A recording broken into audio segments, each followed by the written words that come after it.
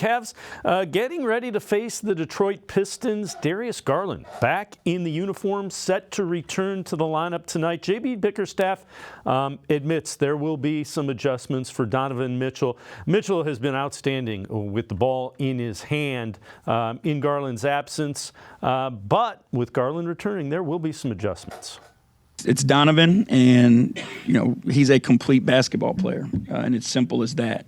He's not a one-dimensional guy, but obviously when Darius comes back, Darius is going to have the ball in his hands as well. So guys just have to continue to play the right way and keep sharing the ball. And we keep sharing the ball. There's enough touches out there for everybody. So you move it, pass it to the open man. I think that's what Donovan has done a phenomenal job of, is helping his teammates get better.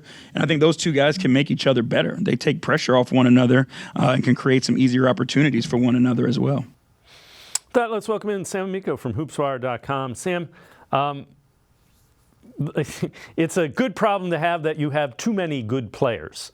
Having said that, is there going to be an adjustment period so they can figure out how this works best?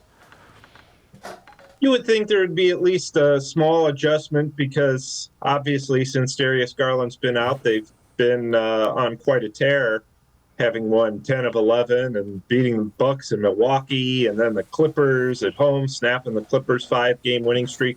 And a lot of that is because Donovan Mitchell has been fantastic, obviously not just at scoring, but, had 12 assists against the Clippers with Garland out. He's twice matched his career high with 13 assists. And as I said, along with the scoring. So Mitchell's really been facilitating, filling in at the point guard spot. And now you're going to move him back over to the 2-guard. But, J.B. Bickerstaff just said it. As long as you continue to share the basketball, it doesn't really matter who's setting up the offense, whether it's Garland or Mitchell or who's bringing the ball up the floor and facilitating. As long as they continue to do those things with Darius Garland, which I'm assuming they're going to be able to do because he is a point guard and he does help facilitate, I think they'll be in good shape. But, yeah, it might be a little bit of an adjustment. Not just for Garland and Mitchell, but some of the other guys as well that are feeding off of Mitchell. What about the rotation? Who gets the minutes? And I would imagine, well, we know Mobley's on a minute restriction, but who gets squeezed? Whose minutes get squeezed a little? Well, I think we're going to see, Sam Merrill. I know a lot of fans aren't happy to hear that, but he's probably the guy who's going to not play as much. Look, in the NBA, you play about 8 guys, the most of your minutes. Maybe a 9th man gets 10 minutes or so. And if you're talking the Cavs, you're talking, their core 4, Max Strus, and then Isaac Okoro, Karis LeVert, and George Niang are going to get a ton of minutes, you would think, off the bench. So there's 8 guys right there, and there's probably room for a 9th guy.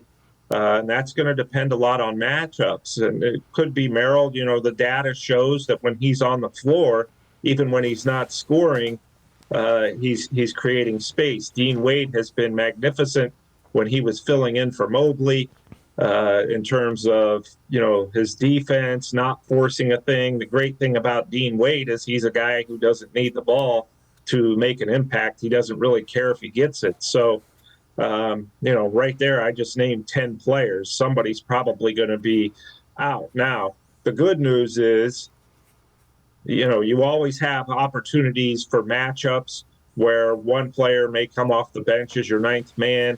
If you need some outside shooting, that's obviously going to be Merrill.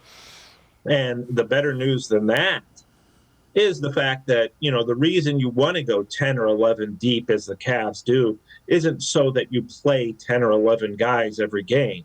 It's so that you have the luxury of using those guys and they're game ready in the event they need to be called on in case of injury. We see this is the NBA season and this is the Cavs, and there's been plenty of injuries and plenty of opportunities for guys such as Merrill, Craig Porter Jr., Dean Wade, who's been starting.